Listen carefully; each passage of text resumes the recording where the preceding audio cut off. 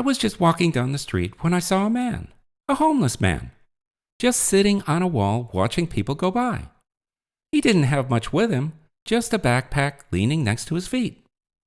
He looked a little dirty, but physically fit. He was just watching the people go by, totally at ease, peaceful and relaxed. I apparently was staring at him when he looked up and said, "Nice day." I agreed, and because he did not have a sign or cup, like the typical street beggar, I asked him how he was doing.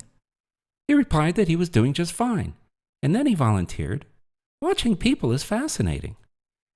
As I like to do the same thing, we talked and joked for a while about the people passing by, when I asked him, "So what do you do for a living?" He said, "Nothing. I don't work." "Can't find a job?" I asked. He replied, "No, I just don't want one." Of course, my reaction was the typical refrain, "It must be nice. But how do you live?" He smirked. "Well, quite simply. I learned that if you don't want anything, you don't need anything." My curiosity now piqued. I asked, "But where do you live? How do you eat?" With a wave of his hand, he said, "I have a few spots around here, mostly outside. Sometimes I stay in the shelter when it's too cold or rainy. It's easy to find odd jobs when I need them, and they give me enough cash for my needs. And if you don't mind them, old clothes are dirt cheap, so I do okay." I just had to press, so I queried, "You seem capable. Why don't you get a regular job? You could live much more comfortably." The man grinned, and then he said, "I once had a dog. I trained that dog so that I didn't have to use a leash. That dog stayed right next to me. When I walked, he walked. When I stopped, he stopped. If I called him, he came running immediately. I just don't want to be anyone's dog." I just retired. I got dressed as usual, but what do I do now? I began to reflect on the life that I had lived, all that I had done, and the various decisions that had driven me down certain paths. How different things might have been if I had made different choices at these critical junctures. It occurred to me that I was experiencing the very same thing that a drug addict friend of mine had confessed to me some years ago about his life. He had been a drug addict for decades, but one day, when he was in his mid-50s, he suddenly sat up and said to himself, "What am I doing? I've wasted my entire life for nothing." He immediately stopped and dedicated his life, with the help of God, to pursuing a life of sobriety and service. He now spends much of his time helping other addicts. We are so enwrapped in our life, our goals, our expectations, our judgments, that we miss what life is really all about. We recall what the Apostle Paul said, that if they won't work, then they don't eat. A work ethic is foundational to our culture. We all know that we have to work to live. And this becomes even more imperative when we start adding in all our desires, all our dreams, especially those big dreams we have been lured into wanting. But truthfully, like my drug addict friend, we have not actually lived in reality. We have chosen to live in a delusion. It has been instilled in us that more is better. But in reality, more is just different, and not all that often better. We say to ourselves that with more, we can have that car, that vacation, that house, that dream of dreams, and won't it be glorious when we finally have it? Ah, if only I could just win the lottery, wouldn't life be grand? We constantly hear the siren song. It's time to trade up. Be the first to own this new device, so you can do more, easier, faster. Upgrade, expand, bigger, carries more apps, more pixels, more. We see millionaires that need to be billionaires, billionaires that need to be trillionaires. So we work harder, longer, sacrifice everything so we can have more. But where are we in the end? It's just insanity, a delusion filled with false hope and false promises. But it's not just about having more. It's about getting more. Our life is all about getting the latest, the newest, the fastest, the fanciest, the most expensive, the most impressive, the best stuff money can buy.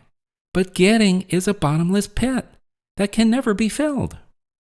Our 45-inch flat-screen LED TV was fine for its time, but now it needs to be upgraded to the new 68-inch 4K surround sound, full-color real-life experience with 3D-like imagery.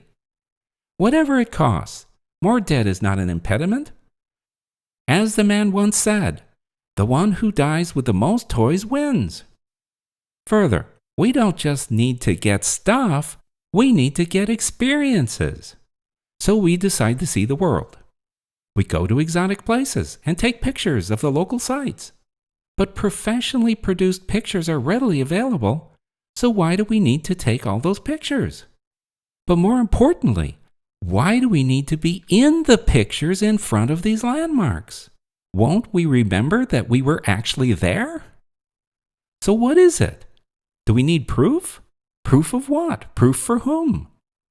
Now there are special reasons, like ancestry, weddings, honeymoons, children growing up, graduations and the like, where the people and moments are important memories worth capturing, or capturing some newsworthy event that is happening live. But this is only a trip, a vacation. So why are we taking all these pictures? Will we ever even look at them in the future? And why do we immediately post them on our social media site? The real issue is our motivations. Why do we do what we do? What drives us? What are we really after? Can our happiness, our self-worth, really come from the jealousy and envy of others? When getting more is the center of our life, it is a lifetime of unfulfilled expectations, stress, anxiety, jealousy, envy, anger, depression, fear, greed, and lust. Because there is always more getting to be done, and yet we seem to be constantly hindered from getting the more that we want now. We will turn our life upside down to get what we want now, to get what we have to have now. We demand immediate gratification for our heart's desires, and we will not be deterred. We will get it even if it means increasing our debt, getting another job, a second job, a better job, even engaging in theft, adultery, bribery, and blackmail. But none of this ever brings any lasting satisfaction. I want the job, so I get the job. Then I want the raise, so I get the raise. Shortly thereafter, I forget about that raise and I want another raise. Then I want a promotion, so I get the promotion. Then I want another raise and another promotion. And this continues year after year until finally I retire. But look out if anyone else gets more than I did. The bottom line, our insatiable appetite drives away our contentment. Because of our need to get more, our life has been centered on what we do, our job, our profession, our business, our investments. We even introduce ourselves by what we do, and it is one of the first things we ask of others. Titles are particularly critical. Senior Executive Vice President will certainly inspire awe, value beyond measure, even if it costs me my marriage, my family, my friends, even my life. No price is too high, or so I thought, assuming that I thought about it at all. But now I'm sitting here asking myself, what was the whole point to all this? Now that I'm retired, the touted golden years, all of that is now finished. I can do whatever I want, or so I've been told. But all I ever did was work to get more. So what do I do now? We suddenly realize that when we retire, we lost all our value, and getting more just doesn't matter that much anymore. But even if we get more, it just does not compensate us for our loss. We can no longer introduce ourselves by what we do. So how do we introduce ourselves? I'm retired is a conversation killer. It's like someone who wants to talk about their vacation. Some returning to the standard work question will ask, so what do you do now? In other words, Where do you rank socially? Because what we do is how we are valued socially. Used to be's don't bring any social value. Shortly after the inauguration ceremony of President Eisenhower, President Truman remarked that yesterday, whatever he said would be transmitted immediately around the world. But now, no one cares a whit about what he has to say about anything. Thus, when we finally retire, we are only left with the promise that now we have the time. But time to do what? We rarely, if ever, did anything else but work. Our lives were filled with the daily routines until one day they all just stopped. We eagerly await and long for retirement. But then we are faced with the realization that we have spent a lifetime for the contents of an empty bag, an empty promise, though no one ever really expressed what specifically that promise was. Just that it'll be great. Just you wait and see. We begin to see that our life has only been a meaningless gesture, a fleeting moment, image over substance, and all that stuff that we have been working so hard to get is now just getting in the way. So we downsize, but it's harder to get rid of it than it was to get it in the first place. We don't need it, we don't want it, but we can't get anyone to take it. We had behaved like we were in a competition, a race, because after all, everyone else wanted it too. But a competition for what? We never asked, and no one ever said. Though we did get more, and some of us got a lot more, we simply assumed that that is what we're supposed to do, what everyone does. It never crossed our minds to ask, why are we doing this? What is the point? What we do not realize is that getting is a trap, a delusion that only leads to enslavement, misery, and despair, an emptiness that we continue to strive to fill at whatever cost. We eat, but we are never satisfied. We are living a life dedicated to ourselves, our wants, and our needs, or so we have judged. We constantly tell ourselves that we want, we need, but why?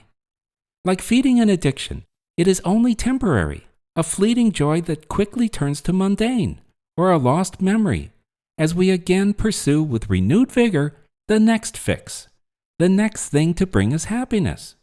Why? Because our pursuit of happiness is founded on a lie. The secret is that happiness cannot be pursued. Rather than be happy, we attempt to create happiness by artificial means.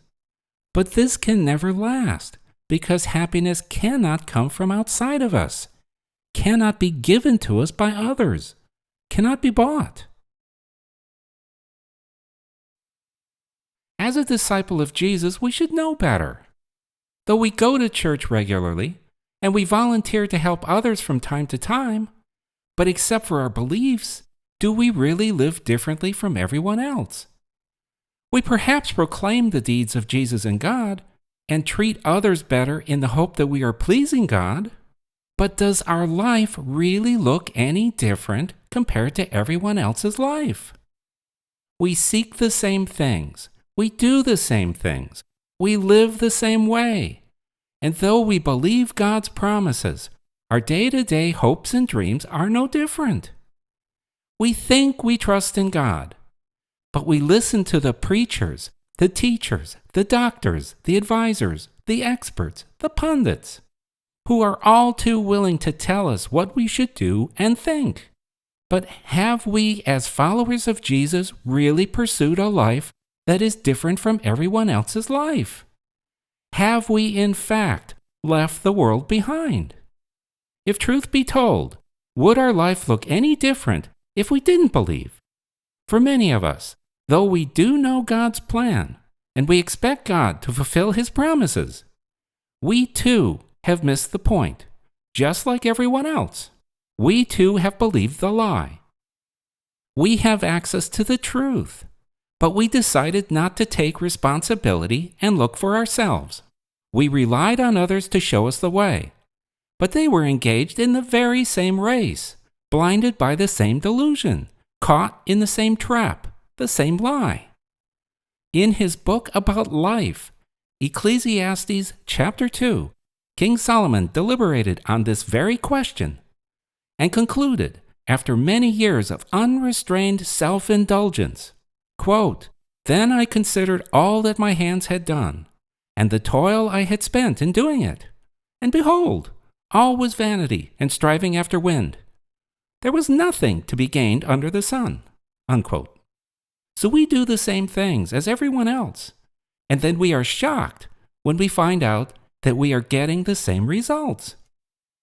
From the beginning, God cursed Adam for violating his commandment. Genesis chapter 3, quote, "By the sweat of your face you shall eat bread until you return to the ground, for out of it you were taken. You are dust, and to dust you shall return." Unquote. So we too are cursed to struggle for mere existence, and we try to make our lives as pleasant as we can make it. We sacrifice a great deal in the hope of living better, whatever that means. But we are still only relying on our own strength, on our own efforts, on our own understanding. And then we wonder why God is silent. We don't listen, so why should he speak? So what should we be doing? What is the right path? Like King Solomon, we now know that a lifetime of striving to get more and more has produced everything but happiness. God told Cain, "Do what is right, do what is good, and you will be happy." But Cain didn't listen and killed his brother Abel out of jealousy. But perhaps we should listen to God. God created all of this, and if anyone should know what we should do, God should. After all of his experimenting, self-indulgence, and deliberations, King Solomon concluded at the very end of his book, Ecclesiastes, that the only thing worthy of our time and efforts is to remember our Creator all the days of our life. Revere the Lord our God, and follow in his ways, for that is the duty of everyone. For in the end, God will hold everyone to account for every deed, including everything hidden and secret, whether good or evil. So if we want to follow King Solomon's advice, what are we supposed to do? The prophet Micah said in chapter 6, quote, "With what shall I come before the Lord, and bow myself before God on high? Shall I come before him with burnt offerings, with calves a year old? Will the Lord be pleased with thousands of rams, with 10,000s of rivers of oil? Shall I give my firstborn for my transgression, the fruit of my body for the sin of my soul? The Lord has told you, O mortal, what is good, and what does the Lord require of you? But to do justice, and to love kindness, and to walk humbly with your God." Unquote. This does not mean that you have to give up everything for the benefit of others. God wants to bless you so that you do not have to live a life of poverty, both economically and spiritually. God doesn't delight in self-deprivation, self-sacrifice, self-imposed misery, but does condemn those who accumulate for themselves just to accumulate, especially at the expense of others. God told the prophet Isaiah in chapter 58, quote, "Is this the fast that I choose? A day to humble oneself? Is it to bow down the head like a grass reed, and to lie in sackcloth and ashes? Will you call this a fast, and a day acceptable to the Lord? Is not this the fast that I choose? To loose the bonds of injustice, to undo the bonds of the yoke, that is, release the slave, to let the oppressed go free, and to break every yoke? Is it not to share your bread with the hungry, and bring the homeless poor into your house? When you see the naked, to cover them, and not to hide yourself from your own flesh, that is, from your own kind, humankind." Unquote. All God has ever asked of us is to love him back. That is, to learn his ways and do what is right. By doing good for others, we reap blessings of peace and joy, happiness, and contentment. What getting more will never do, sharing does. We who have lived know that wealth and mounds of stuff do not satisfy and bring happiness, but enslave us to fear and hunger, which drives us to pursue ever more, because enough is never enough. But the warmth of doing what is right, helping others, freeing others from fear and privation, is God's love that we are returning to God. That is how we love God back. When we do this, we will get out of ourselves. We will take the time to listen to God, to see and attend to the needs of others, and to gaze at God's spectacular creation, to spend time admiring it and enjoying it, rather than the stress and anxiety that comes from striving to get more and more. For this is why God made it beautiful, with ever-changing colors, fragrances, and the sounds of birds, waves crashing, wind and rain, that fresh, sweet smell after the rain. So the solution to our unhappiness is not to get more and more, but to freely share what we have with others who are in need. Not just our money and stuff, but our very lives. Reach out to those who are alone and in need. Spend your time and resources helping others, and you will reap the happiness you have been striving in vain to acquire. It is that easy.